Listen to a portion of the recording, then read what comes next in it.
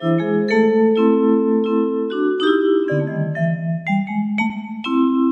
vu ça, Fufu? Il est 17h, on va passer à la radio. Oui, c'est l'heure des rediffusions des contes de Mout-Mout et Fufu qu'on a enregistrés pendant le confinement.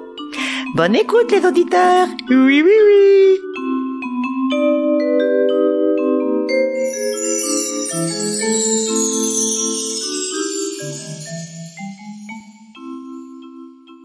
Chers auditeurs, bonsoir.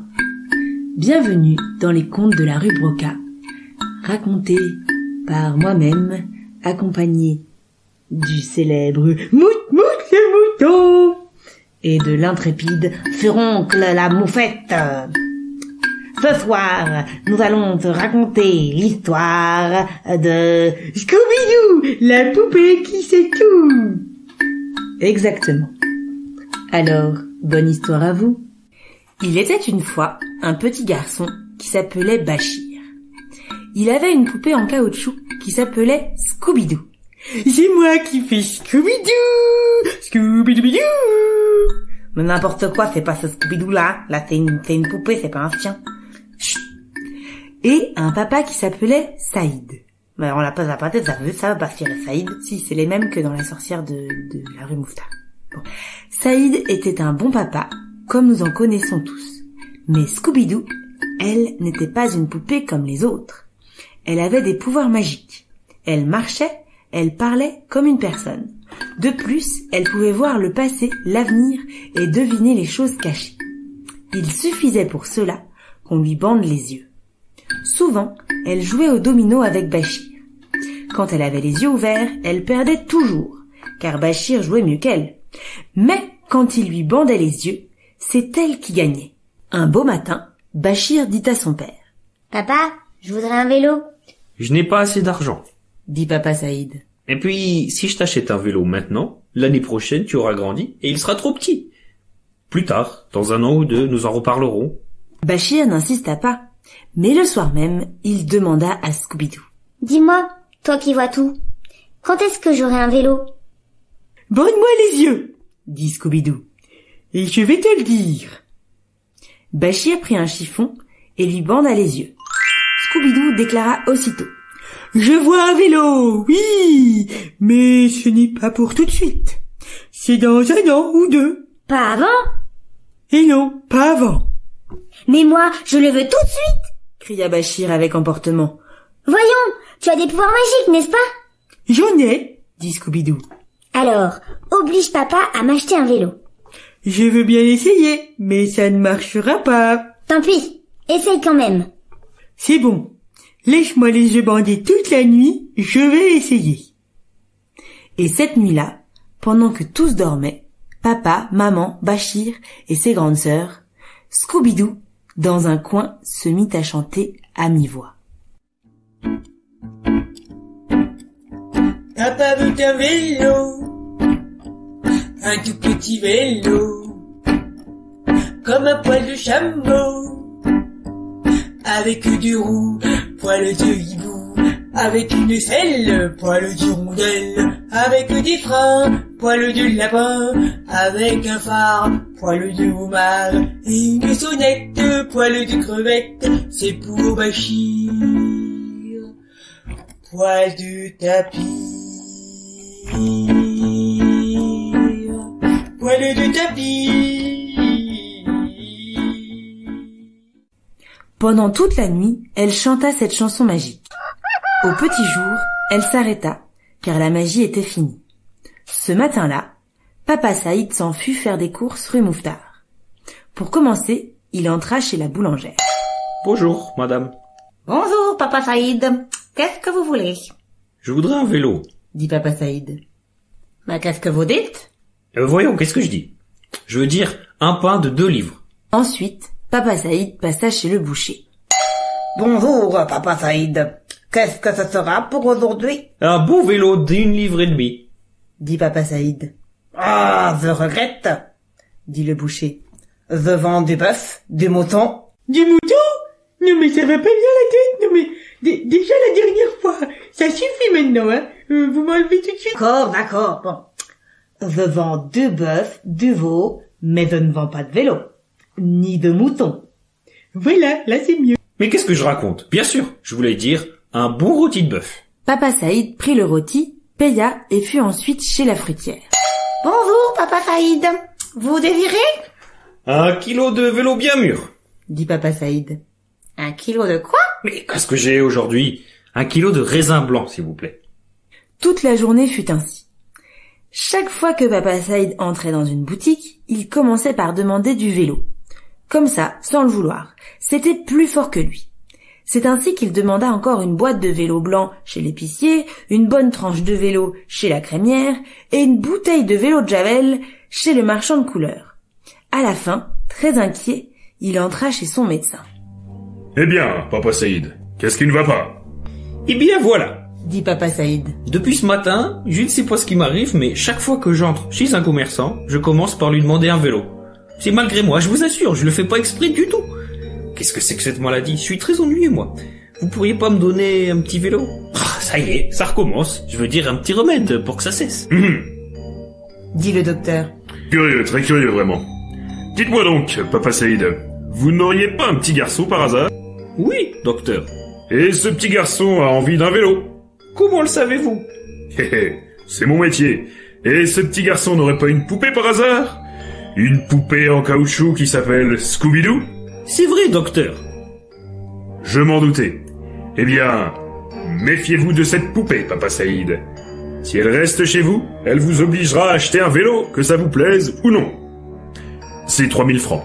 Oh non, c'est bien plus cher que ça. Je ne vous parle pas du vélo, je vous parle de la consultation. Vous me devez 3000 francs. Ah, bon. Papa Saïd paya le médecin, rentra chez lui et dit au petit Bachir. Tu vas me faire le plaisir de chasser ta poupée, parce que moi si je la trouve, je la jette au feu. Aussitôt que Bachir et Scooby-Doo furent seuls, « Tu vois, dit Scooby-Doo, je te l'avais bien dit que ça ne devait pas marcher. Mais ne te désole pas, je vais partir et dans 1 an, je reviendrai. À mon retour, tu auras ton vélo. Cependant, avant de partir, j'ai besoin de quelque chose. » De quoi? demanda Bachir. « Eh bien, quand je serai seul, tu ne seras plus là pour me bander les yeux. Alors je voudrais que tu me fasses une paire de lunettes avec des verres en bois. » Mais je ne sais pas faire ça. Demande à ton papa. Papa Saïd, qui était trop content de voir la poupée s'en aller, accepta de lui faire une paire de lunettes avec des verres en bois. Il découpa les verres avec une petite scie dans une plaque de contreplaqué, fit une monture en fil de fer et dit à Scooby-Doo. « Essaye, voir. » Scooby-Doo essaya les lunettes. Elles allèrent du premier coup. « Très bien, patron. Je vous remercie. »« Alors maintenant, file !» dit Papa Saïd. « C'est entendu. Au revoir, patron. Au revoir, Bachir. » Et Scooby-Doo s'enfuit. Elle voyagea longtemps, marchant la nuit et se cachant le jour, afin de ne pas attirer l'attention. Au bout de 3 semaines, elle arriva dans un grand port, sur les côtes de la Manche. Il faisait nuit.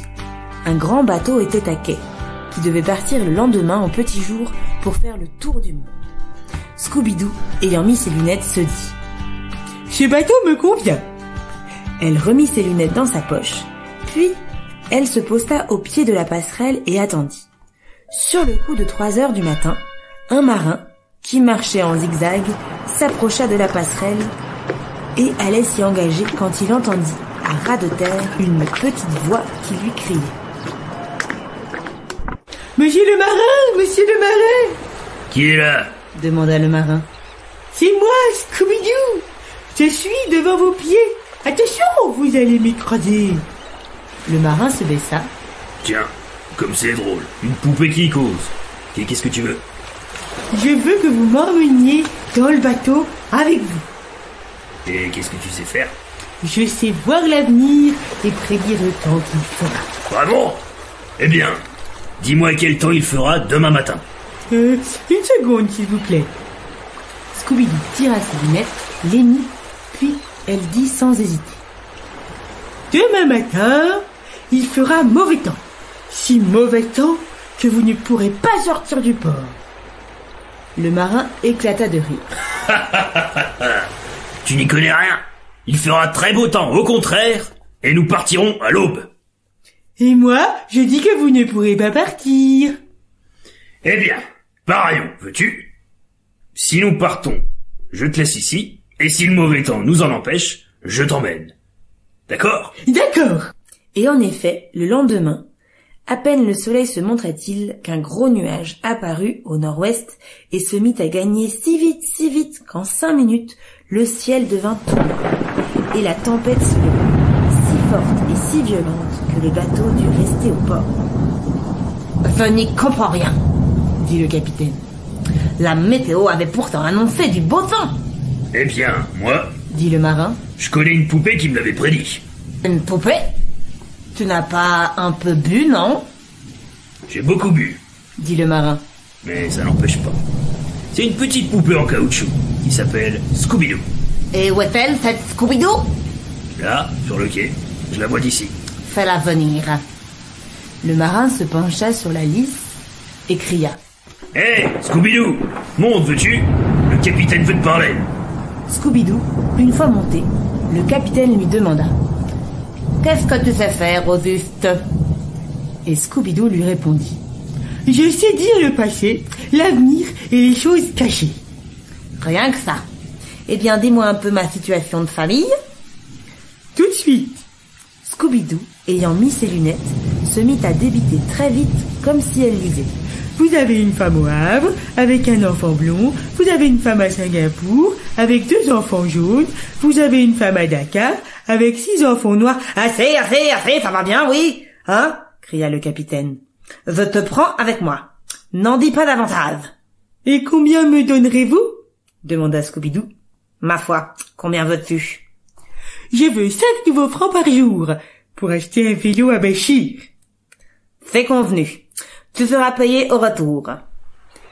Et c'est ainsi que Scooby-Doo s'embarqua pour le tour du monde. Le capitaine la pendit à la cloison dans sa cabine avec un ruban rose et chaque matin, il lui demandait. Quel temps fera-t-il aujourd'hui? Et grâce à ses lunettes, Scooby-Doo répondait sans jamais se tromper. Le grand bateau fit le tour de l'Espagne, passa par l'Italie, par l'Égypte, par les Indes, par le Siam, traversa l'océan Pacifique, passa par le canal de Panama, dans l'Atlantique et mit le cap sur l'Europe. Il n'était plus très loin de la France lorsqu'un beau jour, le cuisinier du bord s'introduisit dans la cabine du capitaine. Scooby-Doo lui demanda. « Que viens-tu faire ici ?» Devine. Dit le cuisinier. Scooby-Doo sortit ses lunettes, les mit et se mit à crier. « Tu viens me voler mes lunettes !» Tout juste. Dit le cuisinier. Et, avant que Scooby-Doo ait pu faire un geste, il les lui arracha, sortit de la cabine et les jeta dans la mer. Quelques instants plus tard, comme par un fait exprès, le capitaine rentrait dans la cabine. « Dis-moi donc, Scooby-Doo, quel temps fera-t-il demain matin? » « Je ne peux pas vous le dire, » répondit la poupée. « Le cuisinier m'a volé mes lunettes. » Le capitaine haussa les sourcils. « Lunettes ou pas lunettes, tu m'as promis de me prédire le temps qu'il ferait. Qu'est-ce que tu crois? Que je vais te payer à ne rien faire? » Le capitaine faisait semblant d'être fâché. Mais en réalité, c'était lui qui avait envoyé le cuisinier pour voler les lunettes, parce qu'il ne voulait pas payer son dû à Scooby-Doo. « Débrouille-toi comme tu voudras, » dit le capitaine. « Mais si tu ne me dis pas le temps qu'il fera demain matin, moi je te jette à l'eau. » « Eh bien, mettons qu'il fera beau, » dit Scooby-Doo au hasard. Hélas, le lendemain, dès l'aube, un gros nuage noir surgit à l'horizon et s'étendit à toute vitesse comme s'il voulait dévorer le ciel. En même temps, la tempête se levait, le bateau se mettait à danser. Le capitaine entra, ou fit semblant d'entrer, dans une grande colère. « Tu m'as trompé !» dit-il à Scooby-Doo. Et sans vouloir entendre ses protestations, il la jeta par-dessus bord. Scooby-Doo, étourdi, vit la mer et le ciel tournoyer, puis elle tomba dans l'eau.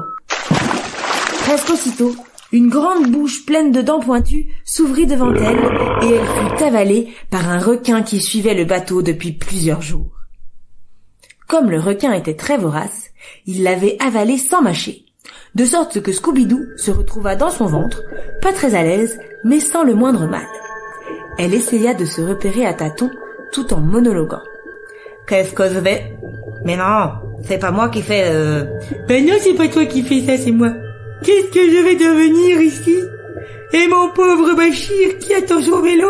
En parlant ainsi, voilà que dans l'obscurité, ses mains tombèrent sur quelque chose qui ressemblait à un petit vélo. Il y avait 2 plaques rondes, en bois, reliées ensemble par une armature en fil de fer.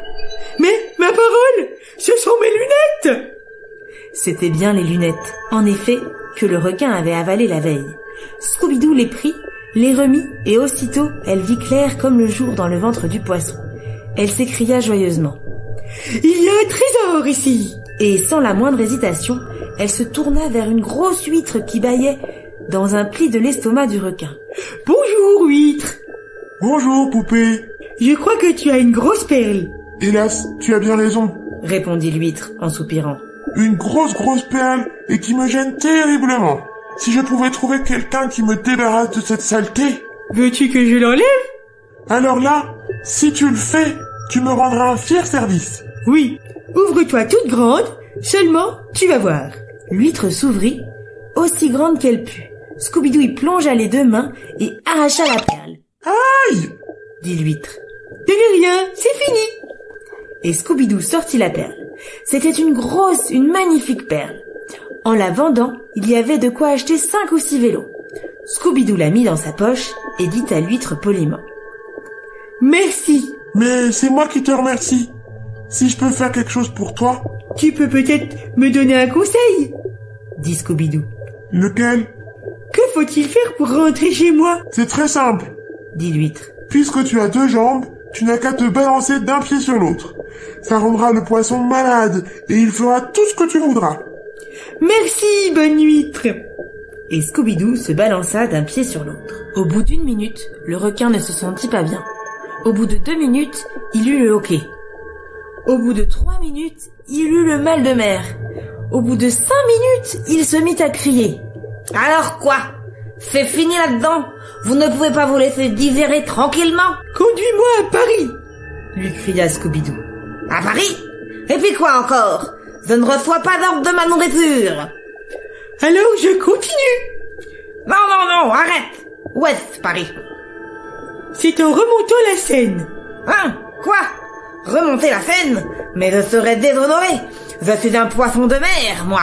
Dans ma famille, on ne connaît que l'eau salée. »« Alors je continue. »« Non, pitié, j'irai où tu voudras. Mais reste un peu tranquille. » Et le poisson se mit en route. Il nagea jusqu'au Havre, puis remonta la Seine, traversa Rouen et continua jusqu'à Paris. Une fois là, il s'arrêta devant un escalier de pierre, puis il ouvrit la bouche et cria de toutes ses forces. « Terminus! Tout le monde descend! Allez, file! Et que je ne te revoie plus !» Scooby-Doo descendit, puis monta sur le quai. Il était environ 3 heures du matin. Pas un passant, pas une étoile.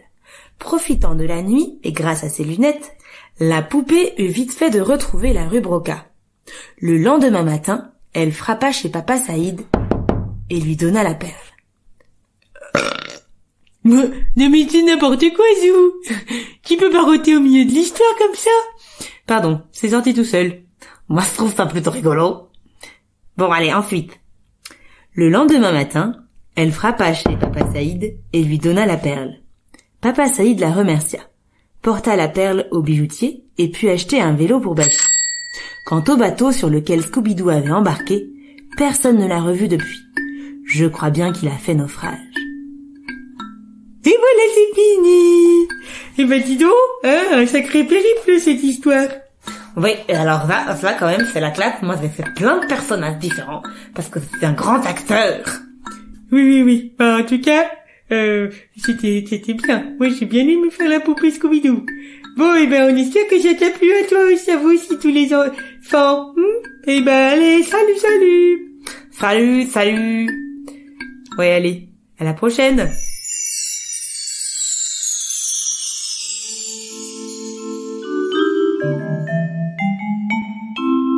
Et par contre, la suite, ce sera pas demain, ce sera mardi.